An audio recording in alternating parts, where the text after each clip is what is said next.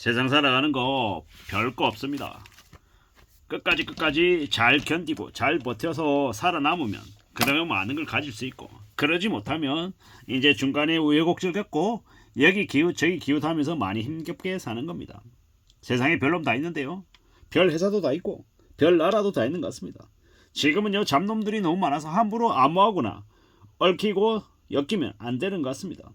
말도 안 되는 개소리 하는 인간들이 너무 많다라는 겁니다. 그리고 좀 더 조심하고 좀 더 우려스럽게 살아야 됩니다. 사람은 누구나 다 이기적인 동물입니다. 악인들도 넘쳐나고요. 인간 아닌 인간들이 너무도 많습니다. 그러므로 함부로 암호하고 엮여서 살아가는 것은 안 좋을 것 같습니다. 정신 바짝 차리고 조심 또 조심하며 살아가야 되는 것 같습니다. 그래야 될 것 같다라는 생각이 요즘 와서 더 많이 듭니다. 이놈의 나라가 너무나 엉망이고 너무 개판이죠.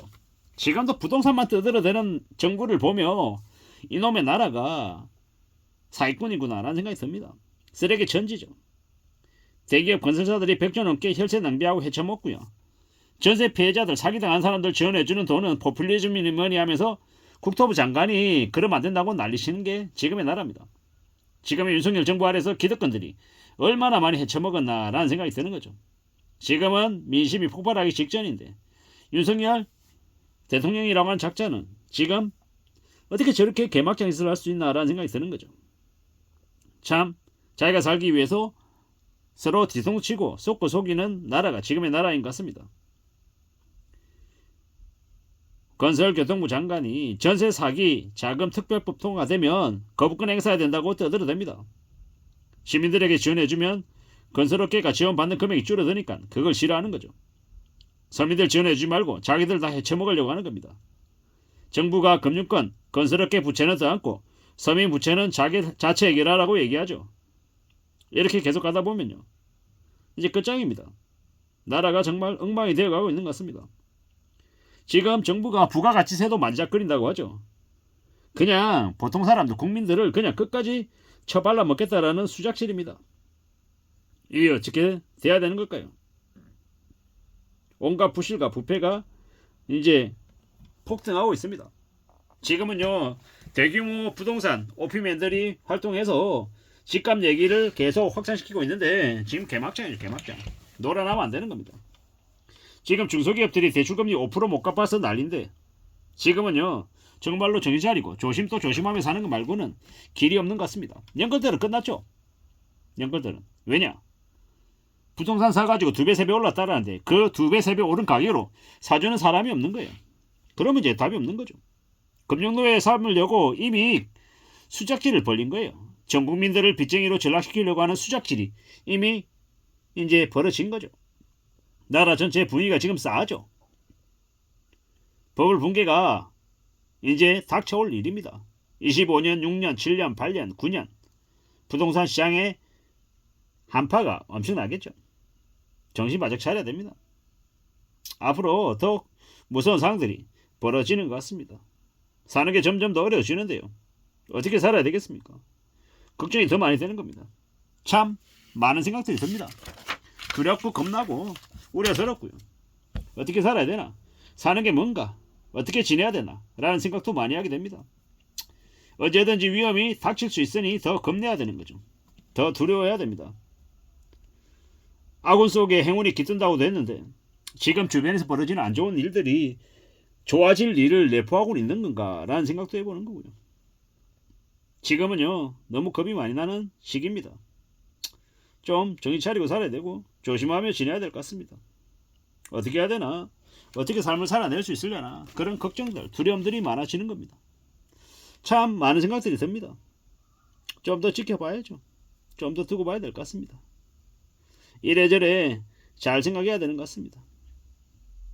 정말로 정신 바짝 차리고 살아야 될 것 같습니다. 이래저래 정신 차리고 안전하게 살아가려고 애쓰는 것 말고는 없는 것 같다라는 생각이 더 많이 듭니다.